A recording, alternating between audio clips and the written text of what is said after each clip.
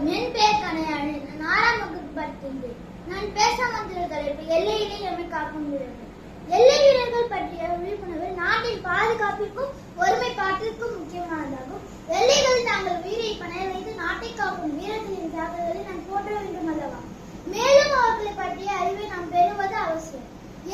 வீரர்களின் தியாகங்களை நாம் அறிந்து கொள்ளும் அவர்களின் பங்களிப்பை நாம் மதிக்கவும் பாராட்டவும் கற்றுக்கொள்கிறோம். எல்லை வீரர்களின் வீரதீர செயல்கள் மாணவர்களுக்கு உத்வேகத்தையும் ஊக்கத்தையும் அளிக்கிறது. எல்லைக்கோட்டில் காவல் காக்கும் வீரனே உன் வீரமும் தியாகமும் போட்டு தருகிறது. உன் குடும்பத்தை விட்டு உறவுகளை பிரிந்து நீ தேசத்தை காக்கின்றன. உன் வீரதீர செயல்கள் வரலாற்றில் பொறிக்கப்படும். எல்லைக்கோட்டில் கடக்கும் ஒவ்வொரு அடியும் நம் தேசத்தின் பாதுகாப்பிற்கு ஒரு சவால். வீரர்களின் தியாகங்களை நாம் என்றும் மறக்காமல் விழிப்புடன் இருக்க வேண்டும். நம் ஒவ்வொருவரின் கடமையும் எல்லைகளை பாதுகாப்பதுதான்.